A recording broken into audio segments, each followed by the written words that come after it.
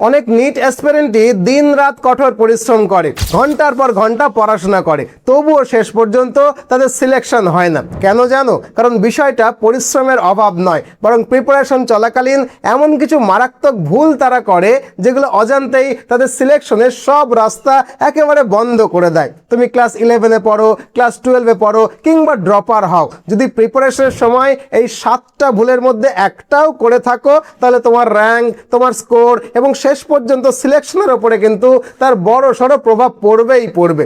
সবচেয়ে গুরুত্বপূর্ণ বিষয় হলো 90% নিট অ্যাসপিরেন্টই এই ভুলগুলোই করে, কিন্তু তারা বুঝতে পারে না যে এগুলোই তাদের সাফল্যের পথে সবচেয়ে বড় বাধা হয়ে দাঁড়িয়েছে। আর তাই আজকের এই ভিডিওটাতে আমরা সেই 7টা মারাত্মক ভুল নিয়ে আলোচনা করব, যেগুলো এড়িয়ে যেতে পারলে তোমার নিট সিলেকশনের পথটা কিন্তু অনেকখানি সহজ হয়ে যাবে। অতএব আর সময় নষ্ট না করে চলো একে একে সেই 7টা ভুল সম্পর্কে জেনে নিই। মনোযোগ দিয়ে পুরো ভিডিওটা দেখবে কিন্তু।